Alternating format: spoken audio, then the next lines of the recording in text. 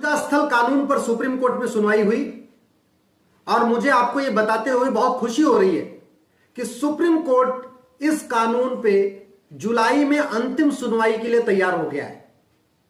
आज supreme court ने बोला है कि जुलाई में 3 जजों की bench places of worship act की वैलिडिटी को टेस्ट करेगी। यानी जुलाई में 3 जजों की बेंच ये जो पूजा स्थल कानून 1991 में बना था, ये लीगल है या इलीगल है, कॉन्स्टिट्यूशनल है या अनकॉन्स्टिट्यूशनल है, इसको टेस्ट करेगा जुलाई में।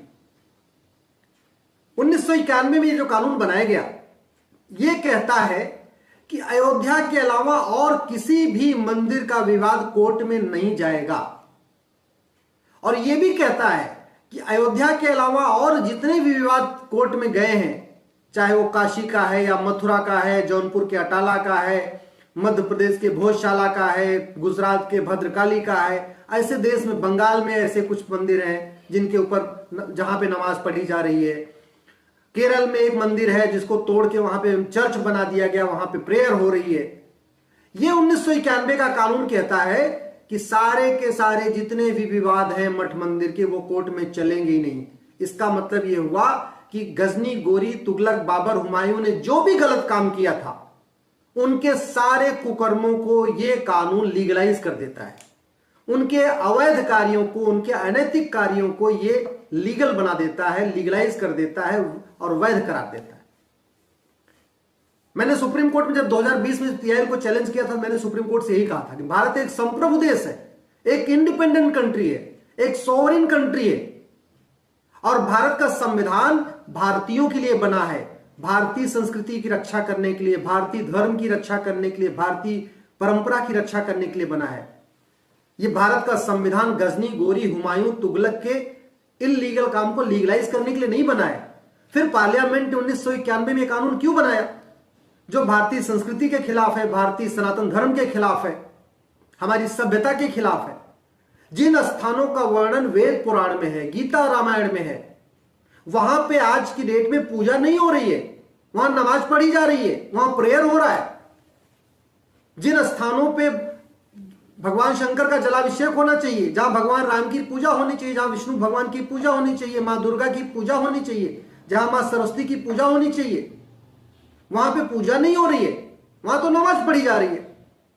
और पहले समझ में आता है, ठीक है हम गुलाम थे, हमें मुगलों ने या उसके पहले जितने भी आक्रांताओं ने हमें गुलाम बना रखा था, हमारी मजबूरी थी, हमारे पूर्वजों की मजबूरी थी, वो वहां जाके पूजा नहीं कर सकते थे।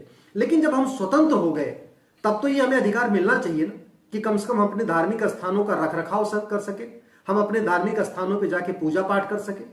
अगर आजादी के 75 साल के बाद भी, स्वतंत्र होने के बावजूद, संविधान लागू होने के बावजूद हमें अपने धार्मिक स्थान नहीं मिलेंगे वापस, हमारे सांस्कृतिक जो स्थान है वो हमें वापस नहीं मिलेंगे, हमारे जो कल्चरल सेंटर वापस हमें नहीं मिलेंगे, तो फिर हमें किस बात की कल्चरल फ्रीडम, हमें किस बात की धार्मिक आजादी, हमें किस बात की सांस्कृतिक आजादी। सबसे बड़ी बात यह कि संविधान कहता है कि किसी भी विवाद का जो समाधान होगा वो कोर्ट के जरिए होगा, या तो आर्बिट्रेशन के जरिए होगा या थ्रू कोर्ट होगा।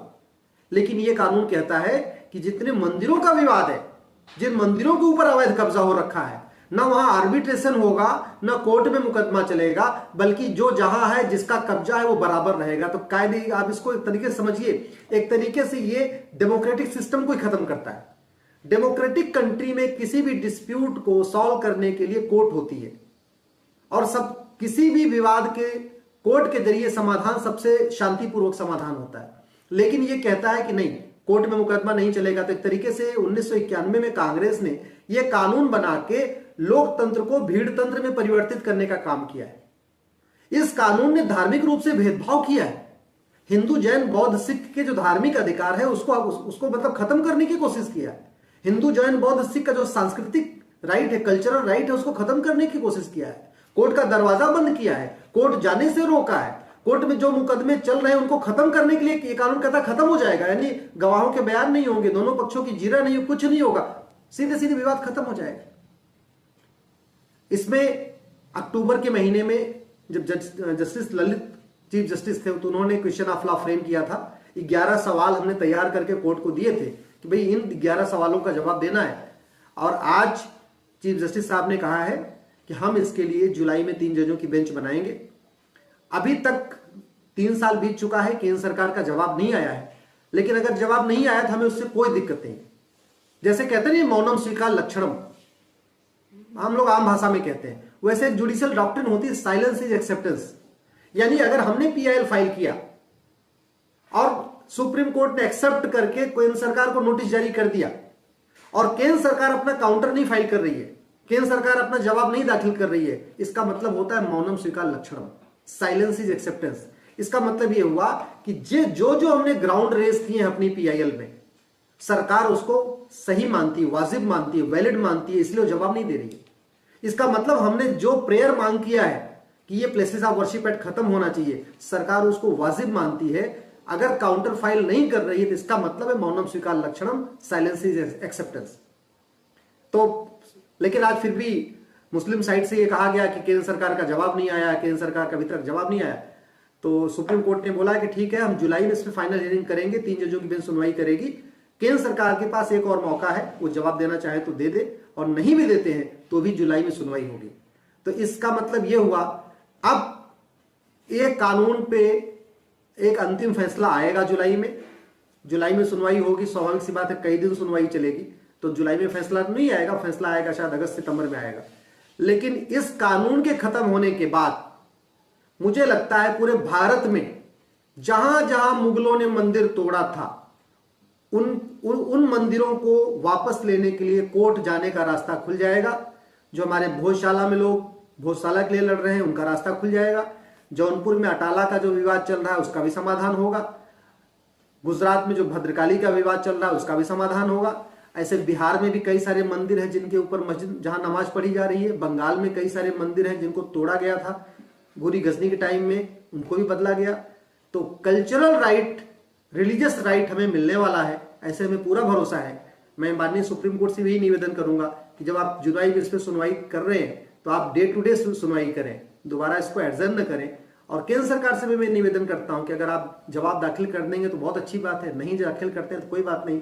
हम ये मान के चलते हैं कि आप सरकार के पास हमारे ग्राउंड्स का कोई जवाब नहीं है, हमारी प्रेयर का कोई जवाब नहीं है। सरकार भी इस बात को मानती है कि ये कानून ठीक नहीं है, ये कानून इलीगल है और होना भी चाहिए। किसी भी डेमोक्रेटिक कंट्री में किसी भी जो कोई डिस्प्यूट होता है उसको या तो आर्बिट्रेशन के जरिए यानी पंचायत के जरिए सॉल्व किया जाता है, नहीं तो कोर्ट के जरिए किया जाता है। दुर्भाग्यवश ये कानून बना के कांग्रेस ने 1991 में जो पंचायत होती, आर्बिट्रेशन होता, उसका रास्ता भी बंद कर दिया, कोर्ट जाने का रास्ता बंद कर दिया। और सबसे बड़ी बात ये कि जितने भी अवैध इलीगल मंदिर गिराए, जो जितने भी मंदिर गिराए गए थे इलीगली, गजनी, गोरी, तुगलक, बाबर, हुमायूं के जमाने में, सबको लीगलाइज कर दिया। ये बहुत दुख की बात है। मैं आशा करता हूं कि हमें बहुत जल्दी रिलीजियस फ्रीडम भी मिलेगी, कल्चरल फ्रीडम भी मिलेगी, और जितने हमारे मठ मंदिर आज की डेट में जहां अवैध कब्जा हो रखा है, जहां नमाज पढ़ी जा रही है या जिन मंदिरों के ऊपर चर्च बन गया है, वो सब मठ मंदिर हमें वापस मिलेंगे। आपको ये बात अगर मेरी ठीक लग रही हो, आप इस बात से सहमत हैं या असहमत हैं, जो भी हैं, अपना कमेंट जरूर दीजिएगा। आप लोगों के ओपिनियन से हमें बहुत कुछ सीखने को मिलता है। जब आप लोग कमेंट करते हैं, अपनी ओपिनियन देते हैं, उससे हमें बहुत कुछ सीखने को मिलता है। जय हिंद, जय भारत।